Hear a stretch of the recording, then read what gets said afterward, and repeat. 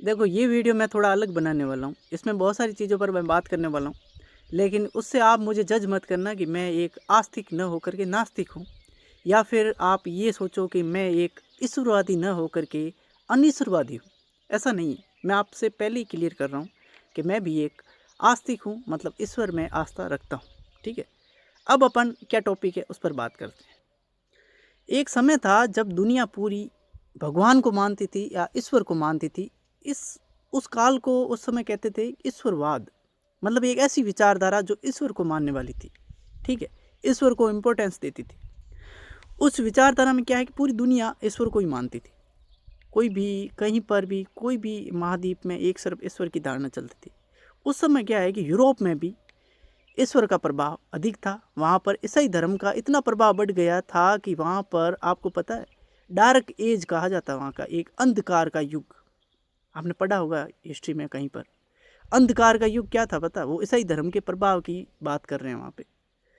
तो उसमें क्या हुआ कि जो ईसाई धर्म के विशेषज्ञ थे ना, वो एक सवाल करते थे लोगों से, आपको सारे कर्म ईश्वर के लिए करने, आपको जितनी भी आप पूंजी कमाते वो ईश्वर को समर्पित कर दो, सारी चीज़ें जो भी करो आप ईश्वर के लिए करो। तो लोग सवाल करते थे कि क्यों? क्योंकि आपको स्वर्ग मिलेगा, आपको जो चाहते हो वो चीज़ आपको मिल जाएगी, भगवान वो दे देगा। आप सारे कर्म वो सारी चीज़ें छोड़ दो, अपना विवेक लगाना भी छोड़ दो, सिर्फ ईश्वर के लिए कर्म करो, ईश्वर के लिए सारी चीज़ें करो। कुछ समय पश्चात इस चीज़ को चुनौती मिल जाती है यूरोप में। ये चुनौती रूसों ने दी थी। रूसों ने दी चुनौती, तो रूसों ने इसका कारण भी बताया कि मैं ये मानता हूँ कि आप ईश्वर को महत्व देते हो। ईश्वर तो आपने अभी तक देखा नहीं, लेकिन मानव को अपन देखते हैं यहाँ पे। तो मेरा ये मानना है कि आप मानव को महत्व दो।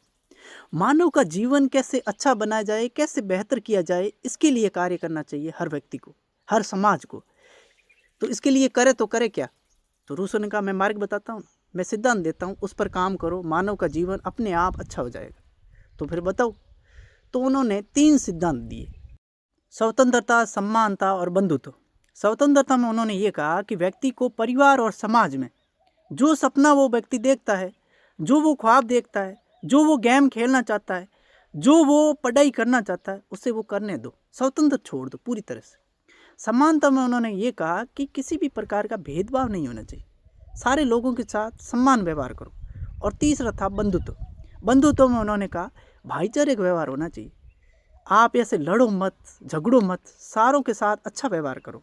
3 सिद्धांत देकर रूसो तो मर जाता है।